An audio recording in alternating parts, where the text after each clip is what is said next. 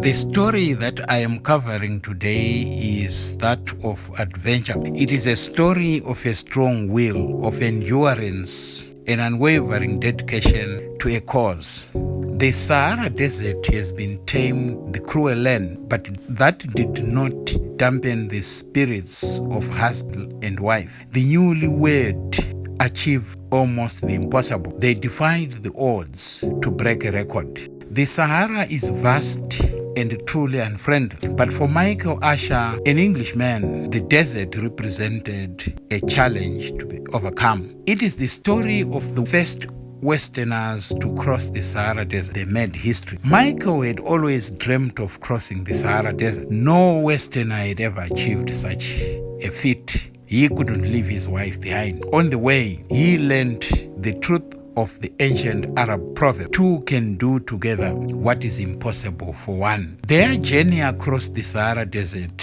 was a long one. It covered over 4,500 kilometers. It was also a dangerous journey over a monotonous land of white sand dunes. Mariantonietta was a strong woman. Asher took her along because she was an asset. She spoke both French and Arabic and was also an excellent photographer. Their journey started in Mauritania on the northwest coast of Africa at a town called Chinguetti, an oasis at the edge of the ocean. They set off in August 1986 to avoid the hot season in the latter part of their journey. There were dangers from the very beginning. Which were these? How did it affect the two and their guide, a man called Mahfoud, and their 3 camels? On the second day of their journey, they were caught in a storm, and it was at night. They were in their tents, and the strong winds knocked down their tents, and everything was soaked. When morning came, it was bleak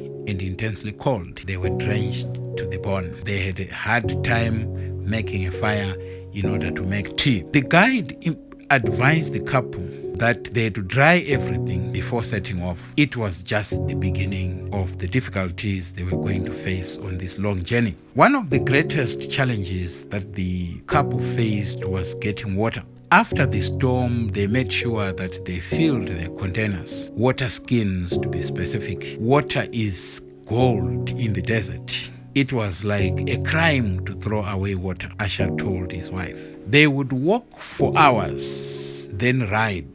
The other obstacle that they encountered on their way was the heat itself. Around midday, the hottest part of the day, they would look for a tree around which to build their shelter. To make matters worse, most trees were skeletal. They had to make do with that to escape the searing heat. For water, they relied on oases, e.g. Tijika. Thereafter, the land was a graveyard. Bare trees, bones of camels and goats. Both human beings and camels were thirsty and exhausted. The camels trudged along. They were also in intense pain. Swollen flesh on their flanks were a problem. The land seemed to be literally burning, but the traveling party had to go on. At some point, all they did was to erect a tent, sit in the stifling heat, and pray to God. Even the experienced guide was lost for words. This was a difficult journey.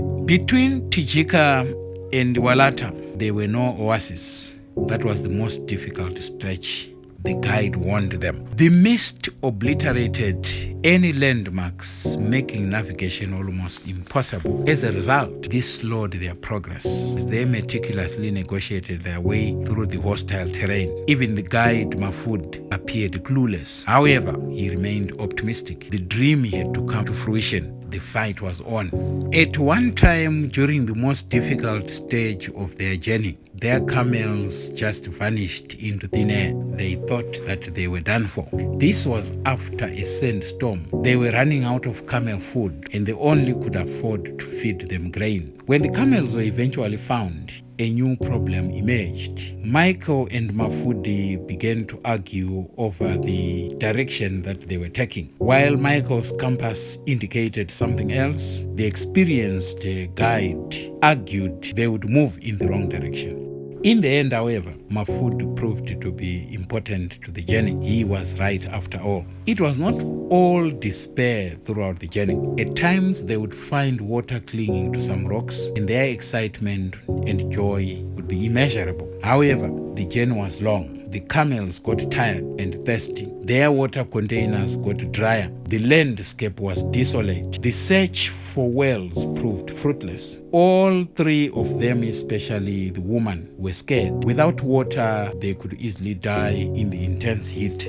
They had missed 2 wells on the way, and the next one was a day's ride away. That was terrible news. There were no chances of meeting any people in the desert. They were done for. Michael Asher began to hallucinate. It was a combination of worry, of the heat, and the thirst. At one time, he would imagine seeing a man on a horse or a camel. These were just visions. Problems were mounting.